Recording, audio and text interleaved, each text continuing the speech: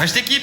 Bon, aujourd'hui on se retrouve sur une nouvelle vidéo avec ma YZF 450 2019, démarreur électrique du coup. Qu'est-ce que je peux dire sur cette moto? Du coup c'est les nouveaux moteurs inversés, je sais pas quoi, injection qui est à la place de la sortie d'échappement, bref. Dessus, aujourd'hui on va principalement s'occuper du kitchen parce que le kitchen il vient de péter.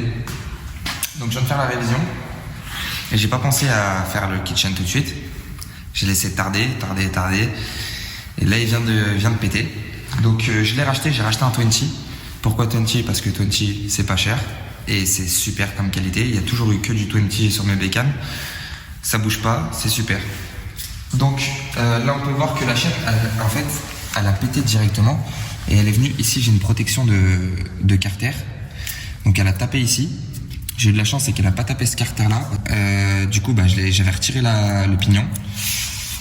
La couronne, bon elle était pas en fin de vie non plus, mais bon elle était assez touchée.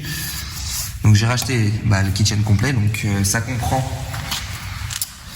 la couronne, le pignon et la chaîne avec ses attaches rapides. Bon, du coup, j'ai racheté la couronne bleue parce que je pensais qu'en fait ça allait avec mes jantes, mais pas du tout. C'est pas du tout le même bleu. Mais bon, tu vois, c'était déjà une 20 avant. Donc la couronne, tout est vendu en pack. Le petit pignon de sortie de boîte, 13 dents.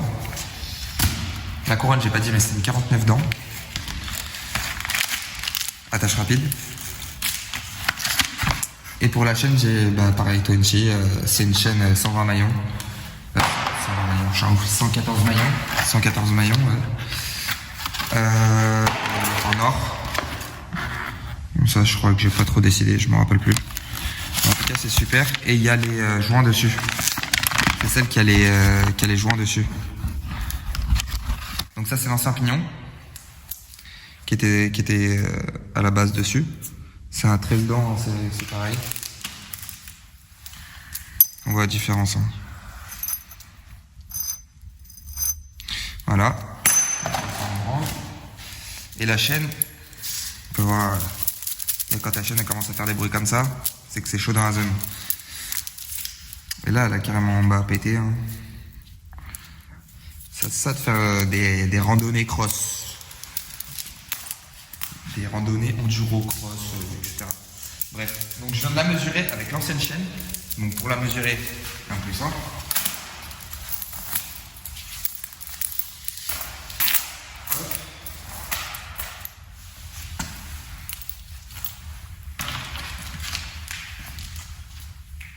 Voilà.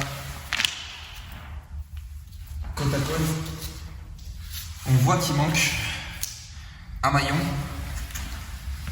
avec l'attache rapide. Donc là, ils nous fournissent deux attaches rapides de maillons parce que c'est en fonction de l'écartement de la roue, donc la tension de chaîne. Donc là, on a deux maillons, donc comme ça, on pourra se rattraper, mais largement. Donc on va commencer ça tout de suite, c'est parti. Donc voilà, hop, on va commencer à démonter l'écrou, la tôle frein, on remet l'ancien pignon. Le nouveau pignon, ah ouais, je suis en ouf. Tôle frein. Et on revisse. Bon, on s'attaque à la couronne maintenant. Pour desserrer la couronne, il n'y a rien de plus simple. Clé plate de 12. Ça, c'est du 8, il me semble. Mais d'abord, on desserre les écrous derrière. Hop.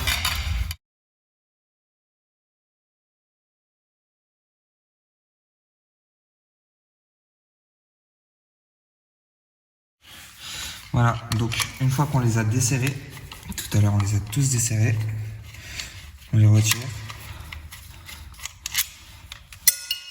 Faites gaffe parce qu'en dessous il y a une petite rondelle. Voilà, donc en fait c'est constitué comme ça. T'as la vis, t'as la rondelle et t'as l'écrou juste derrière. Comme ça, faut faire gaffe de ne pas les perdre. Ou alors faut en racheter, c'est encore mieux. Et une fois qu'on le remontera, on mettra de la Loctite dessus parce que ça se dessert tout seul, ça. Bon, toutes les vis dévissées, ça on retire. Maintenant, nouvelle couronne. Hop.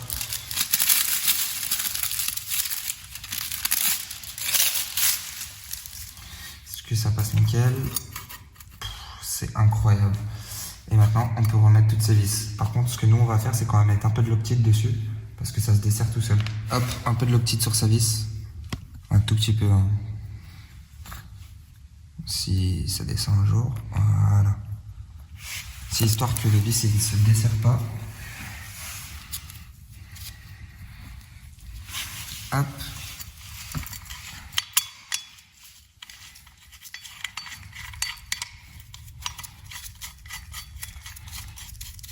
Voilà.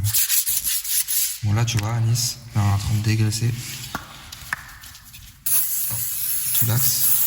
Et s'il vous plaît les mecs, quand vous faites un truc sur la roue arrière, mettez-lui un coup de papier ponce et après regraissez-le parce que t'as vu quand il y a des mecs qui tombent derrière, comme moi par exemple, et bah le truc il est tout grippé, il faut taper dessus comme un fou pour le sortir, ça rend ouf à chaque fois. Là hop, tu prends la graisse que t'as fait tomber par terre.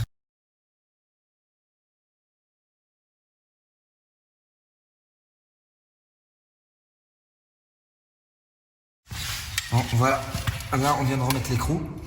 Au préalable on a desserré les tendeurs de chaîne, donc maintenant on peut avancer la roue. Comme ça, on pourra remettre la chaîne à son minimum. Là, on va remettre la chaîne tout de suite. Voilà, hop, nouvelle chaîne pour une nouvelle vie.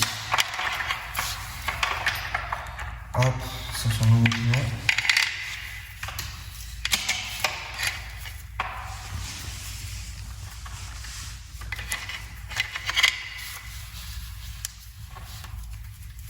Voilà.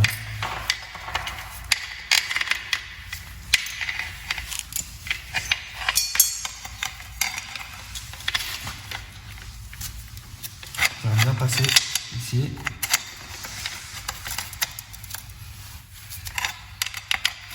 Je vous montre pour cette moto, mais pour toutes les crosses, c'est la même chose. Hein. Ça reste une chaîne, hein. C'est pareil. Donc là, tu as le maillon, l'attache rapide et les deux petits joints. Il y aura un joint qui va se mettre ici. Un deuxième pareil. Maintenant, on fixe sur la moto.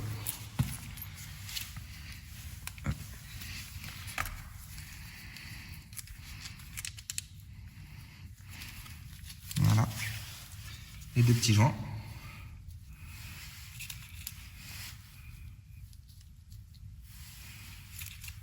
Le maillon faible. Le maillon faible. Petit coup de pince pour que ça rentre bien.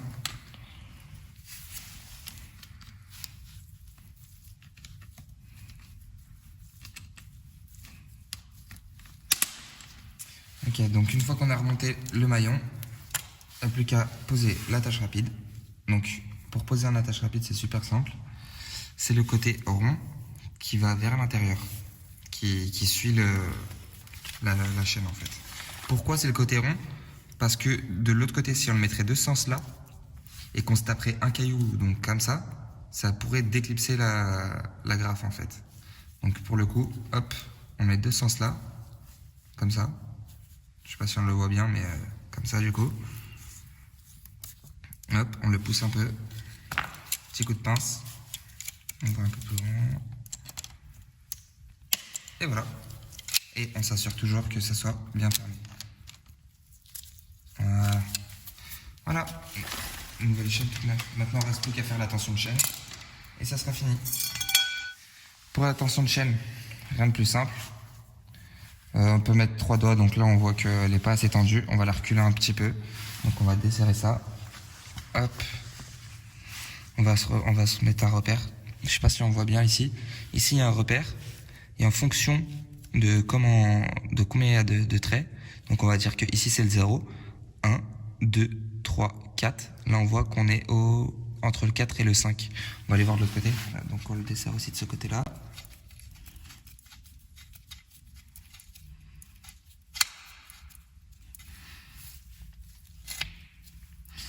Donc 1, 2, 3, 4. 1, 2, 3. Voilà, donc en fait, ce que moi j'ai fait, parce qu'en fait j'ai vu que c'était pas du tout les mêmes tendeurs de chaîne des deux côtés. C'est pas les mêmes tendeurs de chaîne. Donc j'y suis allé à la règle directement. J'ai regardé, il y a 3 mm et il y a 3 cm. De l'autre côté, pareil. 3 cm jusqu'à la vis, c'est super. Hop, voilà. Donc une chaîne bien tendue, mais pas trop non plus. Donc il y a quand même beaucoup de débattement. Voilà. Donc ne surtout pas oublier le frein, parce qu'on l'a retiré à roue. Au moins c'est bon, c'est super. Voilà. Donc ça donne ça.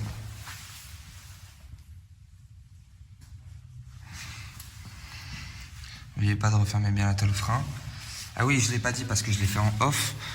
Ces vis-là, il faut bien les serrer aussi. Hein. Toutes celles-là, il faut bien les serrer. Bon l'équipe, c'est fini. Au moins, j'espère que vous avez un peu compris. Je suis désolé parce qu'on a fait des trucs à l'arrache. Au moins, j'espère que vous avez compris pour le kitchen, à peu près, comment ça se passait. Donc pour cette moto-là, pour le YZF 450 en tout cas, il faudra juste le tournevis, enfin un truc pour retirer la tôle frein, une douille 27 pour le pignon de sortie de boîte, une douille 32 pour l'axe de roue arrière, une clé BTR de 8 avec une clé plate de 12 pour la couronne. Et qu'est-ce que j'ai oublié? Ah oui, et pour les tendeurs de chaîne, une 10 et une 12 plate. Voilà. Donc j'ai rien oublié. En tout cas, c'était super. Merci beaucoup d'avoir regardé et à plus tard. Bye. Ne fais pas le fou.